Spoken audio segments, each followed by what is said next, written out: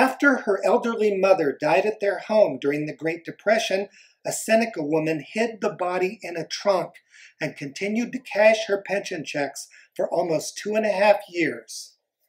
This is Tim Hrenchir, the history guy for CJOnline, talking about Myrtle Latimer.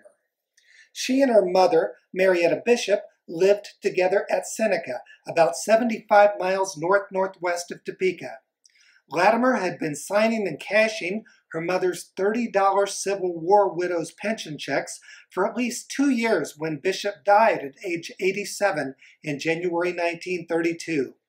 Latimer continued to sign and cash the checks while keeping her mother's corpse in their home for nearly 6 months. She then cremated some of the body, used lime to dismember other parts, and put what remained, the lower part of the torso and legs, in a trunk, which she hid under rubbish in a shed outside the house. In July 1932, that shed caught fire, and firefighters removed the trunk from the burning building but didn't open it. Latimer moved it to a bigger shed on her property. Meanwhile, Latimer continued to tell everyone that all was well with her mother. In April 1934, she arranged for a Seneca newspaper to publish an article asking people to send her mother postcards to commemorate her 90th birthday. Authorities caught up with Latimer in July 1934, after the new Seneca postmaster went to her home to see if Latimer's mother was actually getting the checks, and Latimer wouldn't let him in.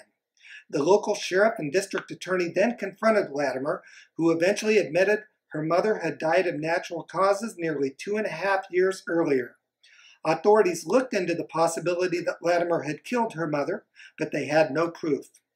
Latimer pleaded guilty to federal forgery charges in December 1934 and was sentenced to 3 years in prison, to be followed by 5 years probation. Latimer served more than 2 years at a federal prison in West Virginia before being released. She returned home to Seneca, then was caught committing fraud involving the sale of hosiery in Pawnee City, Nebraska.